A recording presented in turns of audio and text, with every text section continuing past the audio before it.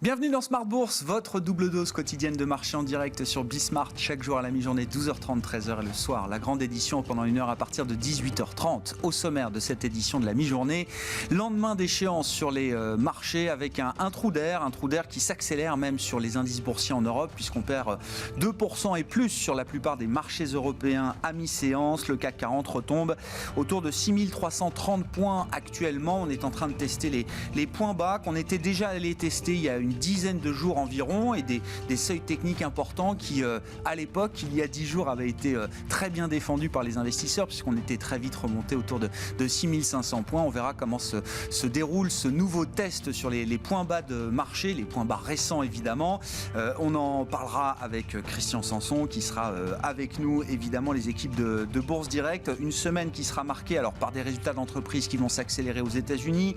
On aura notamment la publication d'IBM ce soir à Wall Street, et puis la BCE qui sera l'événement de la semaine avec une réunion qui soulève quand même quelques attentes après les conclusions de la revue stratégique de la Banque Centrale Européenne. Christine Lagarde l'a d'ores et déjà promis, il y aura un réajustement de la communication de la BCE pour se conformer aux conclusions donc de la revue stratégique qui ont été communiquées il y a quelques jours maintenant. Notez également sur le front du pétrole cet accord trouvé ce week-end au sein de l'OPEP, notamment entre l'Arabie Saoudite et les Émirats Arabes Unis. Il y a des points de friction sur le niveau de référence de production des Émirats Arabes Unis. Le sujet a été tranché avec un compromis à la clé qui va permettre justement à l'OPEP et ses alliés, l'OPEP+, d'augmenter progressivement, graduellement la production jusqu'à horizon septembre 2022. Tout ça soulage un petit peu le marché et les tensions sur les cours du pétrole qui s'effacent aujourd'hui avec des cours du pétrole en baisse de 2,5 à 3%. Et puis je vous le disais, donc Christian Sanson qui sera avec nous en plateau pendant cette demi-heure avec le plan de trading et notre partenaire Bourse Direct comme chaque lundi à la mi-journée dans Smart Bourse sur Bismart.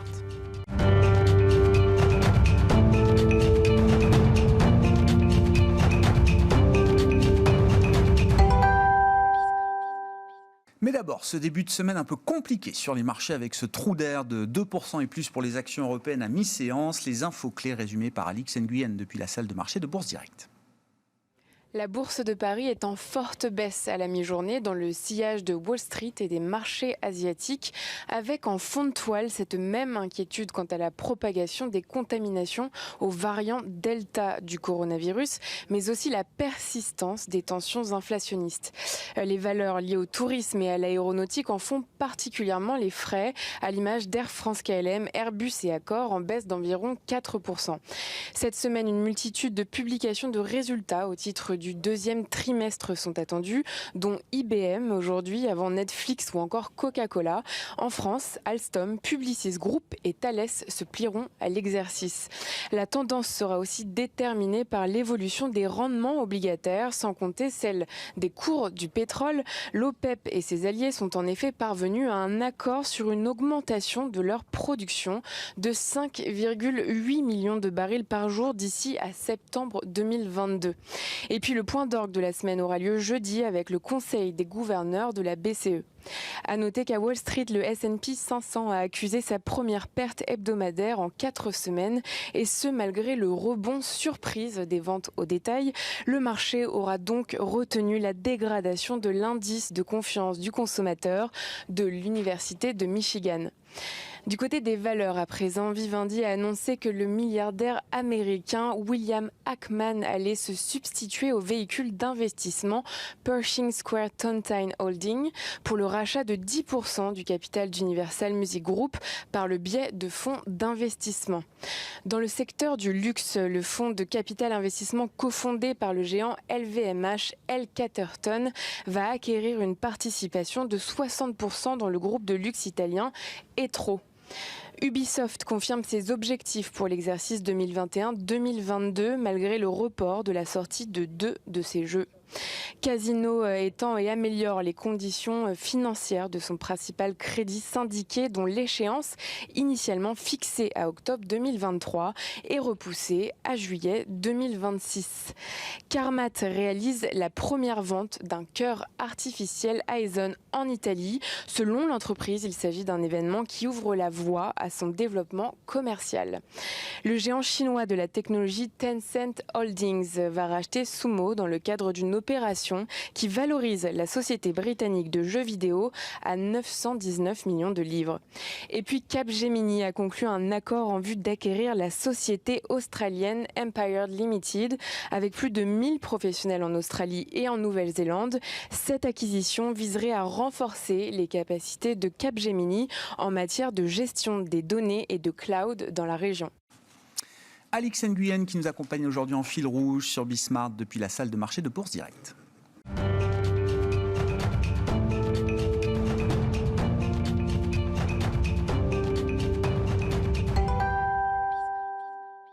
Et c'est un jour de baisse généralisée sur les marchés pour entamer cette semaine. On en parle avec Christian Sanson, responsable des formations de Bourse Direct. Le plan de trading avec Bourse Direct chaque lundi à la mi-journée dans Smart Bourse sur Bismart. Bonjour et bienvenue Christian. Bonjour. Bon, effectivement, tout baisse. Alors les actions baissent, les taux longs également reculent, ce qui montre quand même la frilosité des investisseurs aujourd'hui. Au moment où on se parle, on retombe à 1,25 sur le taux long américain à 10 ans.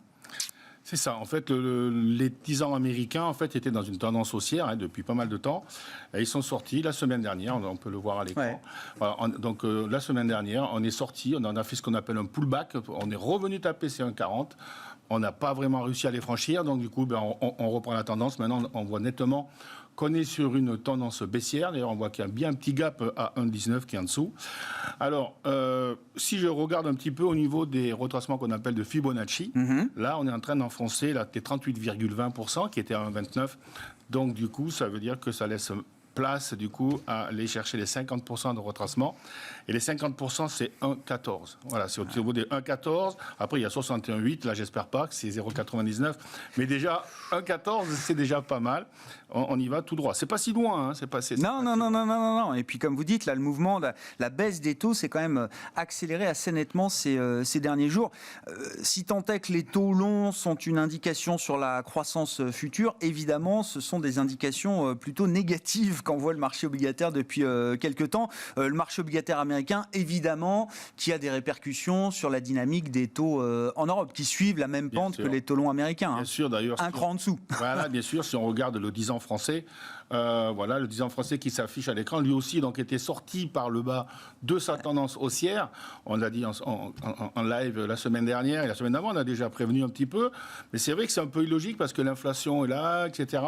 Et malgré ça, les taux, justement, se rebaissent. Voilà. Donc là, maintenant, le prochain niveau, c'est moins 0,035. C'est à peu près le niveau que j'avais vu la semaine dernière. Qui correspond à 50% de retracement de Fibonacci. Et si jamais on devait continuer, donc bien sûr c'est de pair avec les taux américains, on irait chercher les 68% de retracement à moins 0,12. Voilà, moins 0,12 qui correspond un tout petit peu au bas du triangle qu'on voit à l'écran, au milieu à peu près de l'écran, sur le graphique. C'est purement technique, mais il faut savoir que quand on sort d'une tendance comme ça, il y a souvent des accélérations. Et là, pour l'instant, voilà. Donc, ce prochain niveau, moins 0,035, on n'est pas loin. Et après, c'est moins 0,12. Avec des petites tensions quand même, il faut le noter, sur les marchés obligataires européens, puisqu'on a des taux français et allemands qui reculent assez nettement aujourd'hui. Le 10 ans allemand est à moins 0,37% à nouveau, alors qu'on voit un 10 ans italien qui est stable, voire en légère progression. Donc on a des petites tensions qui réapparaissent. Ça reste léger pour l'instant, mais c'est à surveiller. Et je rappelle qu'on a une réunion de la BCE ce jeudi, on en parlera dans les prochaines minutes. D'ailleurs, dans la série tout baisse, l'euro baisse contre le dollar également. Là aussi, la tendance semble assez claire depuis quelques jours. Voilà, on le disait depuis pas mal de temps, c'est une sinusoïdale, et bien on va arriver dans la bas du sinus, voilà, qui se situe à 1,17, donc c'est le point bas du mois de mars, donc on y est quasiment à 1,17. Pas de danger si on le casse parce que le prochain support est juste derrière, c'est 1,16, c'est le point bas de septembre-octobre 2020. Donc tant que cette zone-là, parce qu'on ne peut pas s'arrêter pile sur les mêmes points, mais cette zone-là est très très importante parce que si au contraire on devait casser vraiment, c'est 1,16. Là, malheureusement, toute la hauteur entre 1,23 et 1,16, il faut la reporter vers le bas. Ça nous mènerait beaucoup plus bas. Donc, il faut vraiment surveiller cette zone-là qui est très, très importante. Plutôt 1,16 que 1,17, mais voilà, il faut faire très attention à cette zone-là. Ouais. Bon, à surveiller. On va parler du CAC 40 et des indices européens, alors qui commencent à avoir corrigé un petit peu. Je rappelle qu'il y a un mois de ça, le CAC était à 6700 points. On est à un peu plus de 6300 points au moment où on se parle. La correction est quand même beaucoup moins violente sur le marché américain à ce stade, puisque quand on regarde le S&P 500, on doit être, je ne sais pas, peut-être à 2% des records historiques qui ont été marqués encore ces dernières semaines. Voilà. Alors, si on regarde le S&P 500, on est bien sûr, vous voyez, encore dans les plus hauts. On est toujours en tendance haussière. On n'a pas perdu 5% par rapport au sommet, loin de là. Bon, c'est sans valeur aussi, c'est pas comme le Dow Jones ou les stable. Mais bon, c'est quand même un indice très, très, très important aux États-Unis, qui sert d'ailleurs beaucoup à baquer les fonds, les funds et tout ça. Et puis les ETF, bien évidemment. Alors, on a fait une petite étoile du soir la semaine dernière. L'étoile du soir. C'est quoi? Ça annonce quoi, l'étoile du soir? Au revoir. Au revoir. Voilà. L'étoile du soir, c'est une petite figure de retournement à la baisse.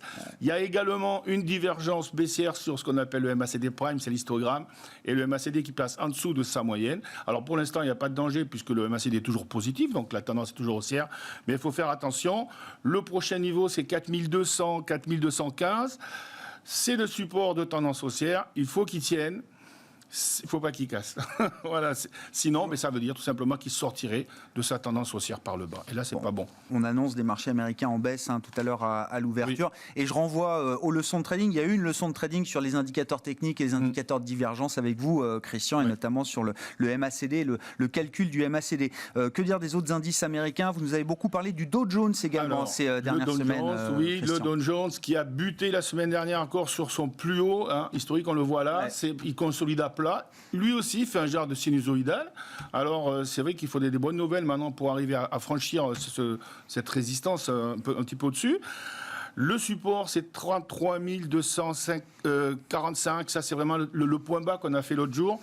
Il y a aussi une divergence baissière sur le MACD Prime. Donc, c'est en fait, qu'à chaque fois qu'il y a des divergences comme ça ne va pas dire que c'est catastrophique, mais c'est souvent des premières alertes. Parce qu'avant d'entrer vraiment dans une tendance baissière, comme les taux d'intérêt l'ont fait, il y a quand même ces alertes-là sur des indicateurs qui disent attention, c'est terminé, la tendance pourrait se retourner. Donc, ceux qui ont des indices, ils peuvent très bien alléger, quitte à revenir plus tard si jamais les supports tiennent. Parce qu'on saura plus tard si les supports tiennent ou pas. Donc là, il faut vraiment surveiller la zone des 33 250, 245, qui est une zone de support très forte, qu'il ne faut pas casser, parce que sinon, encore une fois, on pourrait après aller sous les 32 000 points. Mais on n'est pas là encore. Et c'est une configuration assez similaire pour le Nasdaq également, Christian, lui aussi, qui est revenu sur des plus hauts historiques ces dernières semaines. Exactement pareil. Toujours la divergence petite baissière sur le MACD Prime. D'ailleurs, on voit au graphique que la hausse sur le Nasdaq s'est faite avec de moins en moins de volume. Voilà. On fait un genre de double top, d'accord? C'est un M avec une pente. C'est pour ça qu'on regarde un petit peu ces divergences.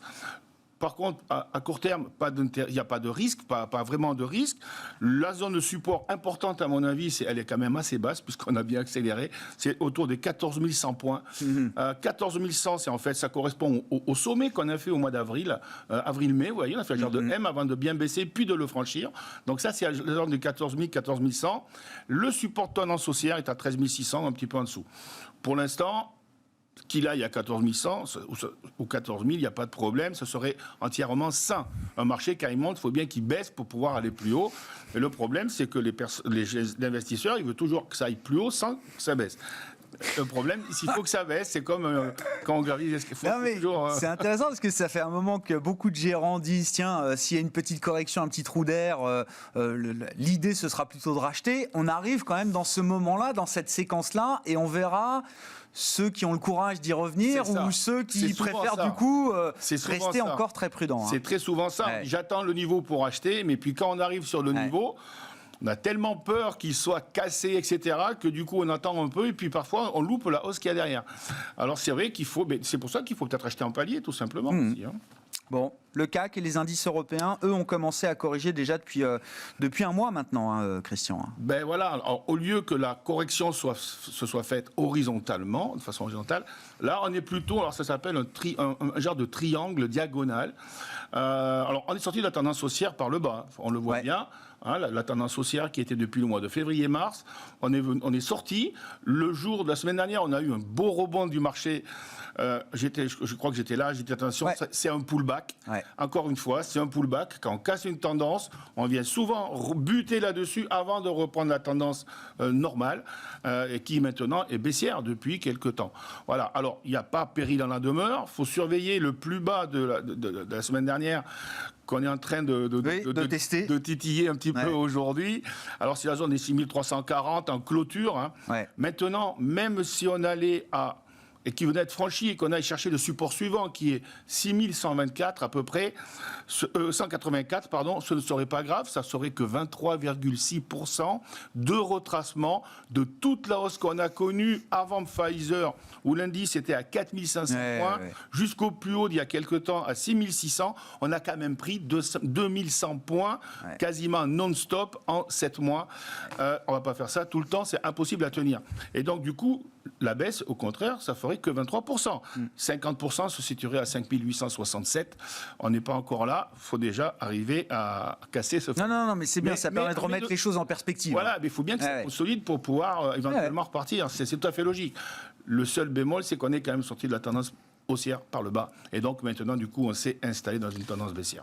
Bon, que dire des matières premières et peut-être du pétrole spécifiquement, qui est là aussi un des actifs qui corrige assez nettement aujourd'hui sur le front des commodities, Christian? Oui, alors le pétrole, ce sont comme les devises, ce sont des marchés où bien sûr les annonces sont importantes. Souvent, les gens se font avoir, ils sont pris à contre-pied.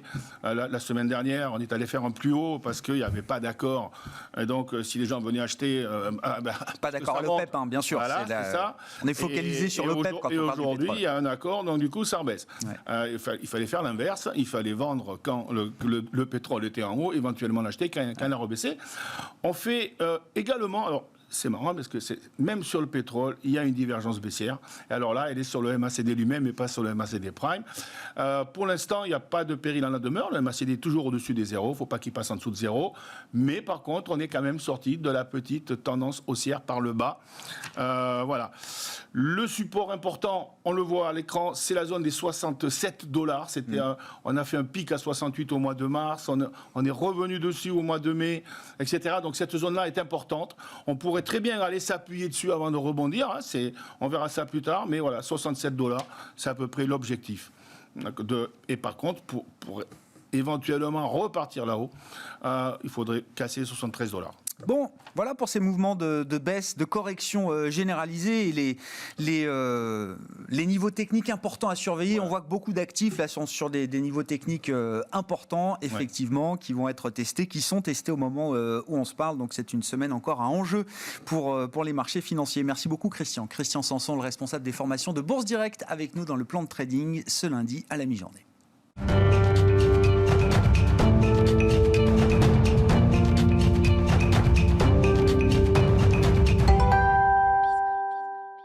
Et oui, le marché, les différentes classes d'actifs tournées vers la croissance semblent envoyer des signaux négatifs, ou en tout cas soulever quelques interrogations. Qu'en disent les économistes? On en parle avec Nadia Garbi, qui est économiste chez Pictet Wealth Management, avec nous par téléphone depuis Genève. Bonjour et bienvenue Nadia.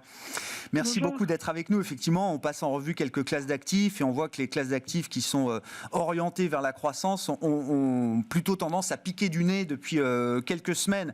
Est-ce que, en tant qu'économiste, vous êtes particulièrement inquiète de la dynamique de croissance à venir sur les prochains mois, sur les prochains trimestres?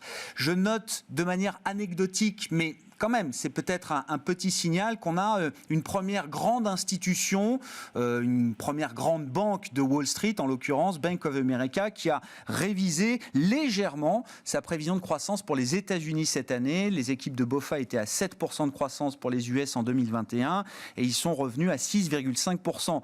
Évidemment, on est dans l'épure, l'ordre de grandeur est plus important, mais ça envoie quand même peut-être le signal d'un début d'ajustement à la baisse des prévisions de croissance pour cette année. Qu'en dites-vous chez Pictet Wealth Management, Nadia? Alors c'est vrai que les incertitudes augmentent pour le deuxième semestre. Maintenant, nous, de notre côté, on reste plutôt constructif sur la croissance. On a toujours certains facteurs qui soutiennent la croissance. Donc pour le moment, nous, on ne sombre pas dans le pessimisme exacerbé, on reste plutôt constructif. Et un cas intéressant à observer va être le UK, qui teste cette stratégie d'immunité hybride. Donc voilà, on va voir si les gouvernements vont être tentés de suivre cette stratégie en levant toutes les restrictions. Mais en tout cas, de notre côté, on reste plutôt constructif. Qu'est-ce qui vous intéresse dans la stratégie britannique, justement, Nadia, sur le plan de l'économie? Est-ce que c'est un pari sanitaire qui en vaut la chandelle, d'une certaine manière, sur le plan de la croissance, par exemple? Est-ce que l'abolition, à partir d'aujourd'hui, de la plupart des restrictions sanitaires, même si ici et là, il reste quand même quelques mesures, est-ce que ça peut avoir un impact économique, déjà, sur le court terme de l'économie britannique? C'est clairement un pari sanitaire. Le fait que toutes les restrictions soient levées va permettre au secteur service de rebondir, de se normaliser. Maintenant, voilà, c'est un gros pari du gouvernement du UK. Reste à savoir si ce pari sera gagnant et si les hospitalisations n'augmenteront pas, ce qui conduirait le gouvernement à faire une marche arrière. Ouais. On suivra ça effectivement, hein, le Royaume-Uni qui est intéressant à plusieurs niveaux, mais là sur la stratégie sanitaire, c'est effectivement un sujet qui sera particulièrement suivi. On peut noter également peut-être sur le front des grands enjeux macroéconomiques, on parle de l'inflation beaucoup ces derniers temps, Nadia. Le deal au sein de l'OPEP, est-ce que c'est un soulagement de ce point de vue-là ?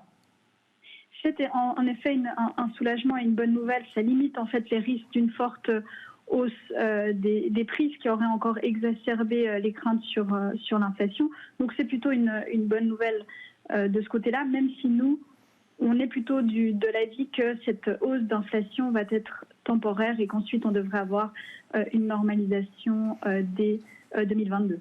Est-ce qu'on commence à percevoir d'ailleurs le caractère transitoire de ce phénomène inflationniste, Nadia? Est-ce qu'on voit déjà un pic atteint sur un certain nombre de prix, que ce soit des prix de biens de consommation, que ce soit des prix de matières premières? Est-ce qu'il y a des indicateurs avancés qui permettent d'être confiants dans l'idée du caractère transitoire de l'inflation aujourd'hui? Alors nous, ce qu'on regarde essentiellement, c'est le marché du travail. Alors après, c'est vrai que ça dépend si vous comparez l'Europe versus les États-Unis, par exemple. En tout cas, du côté européen, on n'a pas vraiment de crainte d'une inflation qui ne serait pas, d'une hausse d'inflation qui ne serait pas transitoire. On voit, en tout cas au niveau du marché du travail, on n'a pas vraiment de pression forte à la hausse des salaires. Le cas américain est un peu plus intéressant car c'est vrai que les avis sont plutôt divergent sur ce point, sur le marché du travail. Mais en tout cas, du côté européen, on n'est pas vraiment inquiet sur cet aspect temporaire de l'inflation. Non, je crois que la dernière marque d'inflation en Europe pour l'inflation cœur était à 0,9%, c'est ça, Nadia? Exact. J'ai pas l'impression qu'on ait beaucoup changé de régime par rapport au régime précédent, en l'occurrence. Non, c'est vrai. Maintenant, attention, car en Europe, la hausse d'inflation, enfin le spike, je dirais, d'inflation va venir en automne. Donc voilà, on est un peu dans une dynamique très différente des États-Unis, mais voilà, la forte hausse d'inflation va venir ces prochains mois. Bon. Et sur l'inflation américaine ou sur le marché du travail américain, ça veut dire que vous attendez quand même une réaccélération du retour à l'emploi d'un certain nombre d'Américains dans les prochains mois, Nadia? Exactement, c'est vrai que les aides ne sont plus au rendez-vous. Donc on pourrait voir maintenant des chômeurs qui reviennent sur le marché de l'emploi ces prochains mois. Bon, on surveillera ça. Il y aura encore des indications macroéconomiques importantes au cours du mois de juillet.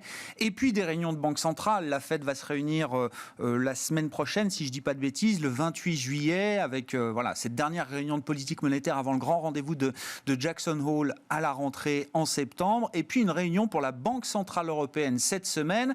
On en a déjà parlé avec vous la semaine dernière, je crois, Nadia, mais une réunion qui a